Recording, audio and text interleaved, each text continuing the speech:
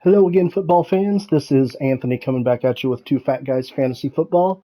Today we will be continuing our series of off-season team breakdown videos, and today we're going to be taking a look at the Los Angeles Rams. As always, let's jump right into it, take a look at what this roster looked like at the end of the season. Uh, so, coming off of a Super Bowl win. This was a roster that was expected to do pretty well last year, and unfortunately, really underperformed. They're a team that just didn't play well. They had some injuries and had some aging guys that finally regressed a little bit, and it just didn't work out for them all that well. Matthew Stafford, who they traded for and led them to the Super Bowl win, um, really kind of came back down to earth and played uh, one of his least productive seasons that I can remember him playing. He just wasn't well, didn't play well. He was hurt quite a bit. Cooper Kupp ended up hurt. Allen Robinson, who they went out and signed, didn't play very well. Van Jefferson was hurt. The offensive line was just kind of not very good. It was all in all, it was kind of a team that underperformed. But we do have some superstar talent here. Cooper Kupp, when he's healthy, is one of the best receivers in the NFL. Very good at getting open, very good route runner, very good with the ball in his hands. Um, doesn't have real breakaway speed, but is an incredible receiver nonetheless. Tyler Higbee is a nice receiving option out of the tight end spot. Does a good job for you. Is a good uh, safety valve kind of a threat, short to intermediate guy. Um, can give you some good touchdown upside, but not nice receiving option there. In the running back room, Cam Akers is kind of the guy that eventually took over. He was drafted. He had some pretty high expectations when he was drafted a few years ago, and has kind of underperformed and underwhelmed up until towards the end of the season. He looked like he might be the guy, but he's an interesting piece. Not a guy that I'm super high on going into the year, but if the right value is there, he could get you some nice scoring. The offensive line overall is just kind of not very good. Rob Havenstein is the best of the bunch, and he's very average. He's solid, but he's not elite. So on offense, it's all dependent on Matt Stafford getting the ball out of his hands quickly, and letting guys make some plays, and that just didn't work out well for him. On the defensive side of the ball, when you've got Aaron Donald and Jalen Ramsey, you feel like you always have a chance. Aaron Donald, Jalen Ramsey, two of the best at their positions. Aaron Donald as a D tackle, as a 3-4 end, is the best in the game. He is still playing at a Defensive Player of the Year level, and even though he's starting to, age a little bit and contemplate retirement, he's still just an athletic specimen and a monster of a man. So incredible talent and still incredibly gifted, and the best in his position. Jalen Ramsey, we've talked about in a previous video, but still one of the better corners in the NFL, if he's not the best corner. He does everything well. He's great in man. He's great in zone. He's a great tackler, good in run support. He's one of the best, if not the best corner in the NFL. So when you've got those two, you feel like you can make the rest of the pieces work. But sadly, they kind of didn't. Leonard Floyd didn't play as well as he had in previous years. Taylor Rapp wasn't quite as effective. Jordan Fuller. The rest of the corners kind of underperformed a little bit. Kobe Durant was a nice piece for him. They did draft him last year in one of their few draft picks that they had, and he played pretty well for him as a rookie. So uh, a nice piece for them to start building with. But this is a team that overall just took a real step back. Their strategy worked. They won their Super Bowl. They did bring in Bobby Wagner last year as well, who unfortunately kind of didn't work out for him. He played really well, but the defense as a whole kind of let him down. So, like I said, the strategy worked out well. They, brought in a bunch of veterans. They got their Super Bowl, traded away, the draft capital to do it, and now they're starting to have to pay the price for it. But the roster, not all that competitive anymore. So let's take a look now and see what has changed with this roster since the beginning of the offseason.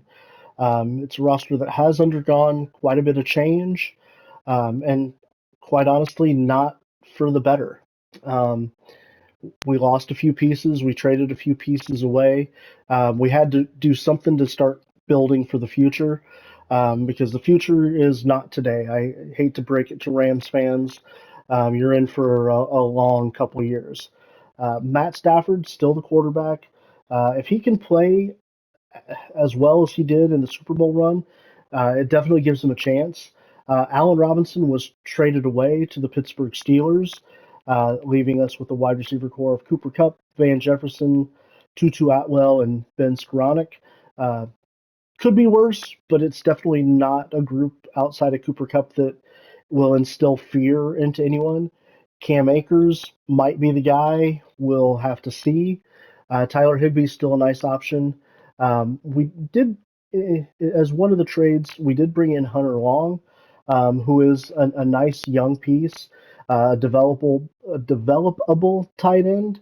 I did kind of like him a little bit when he was drafted, and then he just kind of got stuck in Miami behind Gesicki and never really got a chance to develop. So he's a guy that does have some potential. It'll be interesting to see if he can develop any of that.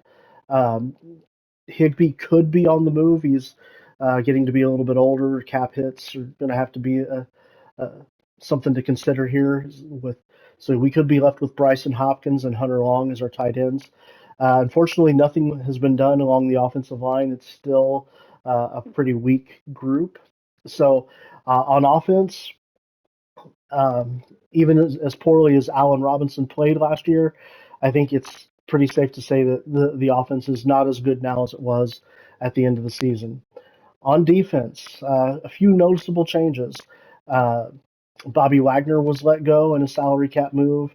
Jalen Ramsey was traded away. So two of the bigger stars on this defense are no longer here. We still have Aaron Donald, who is still a force to be reckoned with. But the rest of this defense, Taylor Rapp was also a free agent. They had to make some really, really tough decisions, and um, sadly, they're not the better for it. They did get some draft capital back out of some of these moves, but all in all, it's a roster that needs a lot of help. There's not a whole lot here that I like to even build around. Like I said, with Aaron Donald aging, I think the most attractive piece on this defense is Kobe Durant, the 24-year-old rookie. Um, he's got to be kind of our future point. So the other interesting part about this is the Rams uh, don't have a first round draft pick. They do have more picks this year than they've had in the last several, so we will be able to get a bit of an influx of talent, and they're absolutely going to need it. Um, it's a roster that, sadly, along with others in the NFC West, it's not one of the stronger rosters. In the conference as a whole, you've got kind of the 49ers and Seahawks that are ready to compete, and then you've got the Cardinals and the Rams that are two of the weakest rosters in the NFL right now. So let's jump ahead a little bit. Let's take a look at kind of what might be available for them in the draft. Like I said, unfortunately, we don't have a first round pick to do anything with. If they did have a first round pick, my advice to them, kind of what I would probably look to do, would be to trade it back and try to get more draft capital.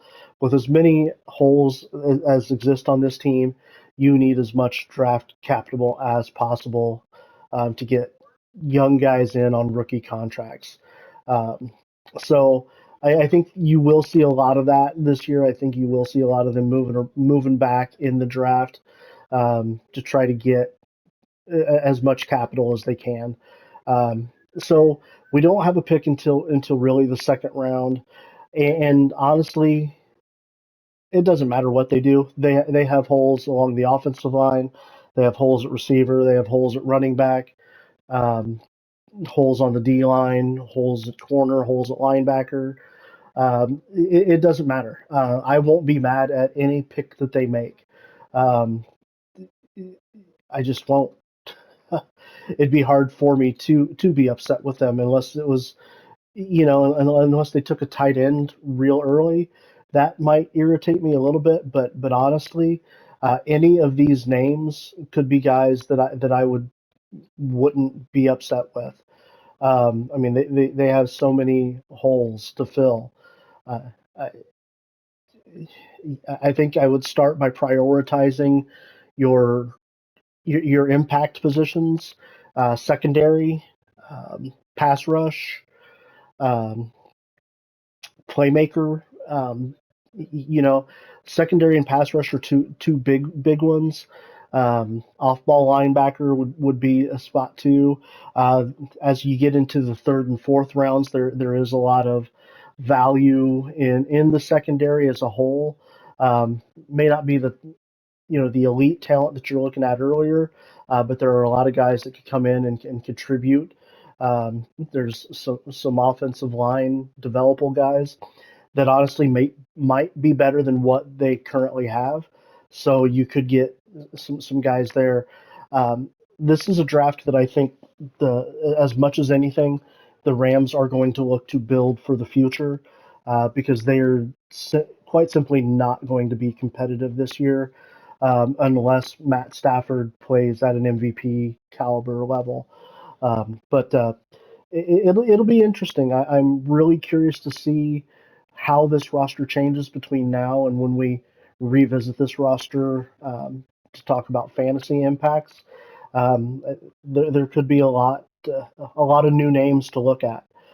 So I expect this team to be very active through the draft, but not necessarily with a lot of draft picks. There may be a lot of veteran trades and a lot of veteran movement.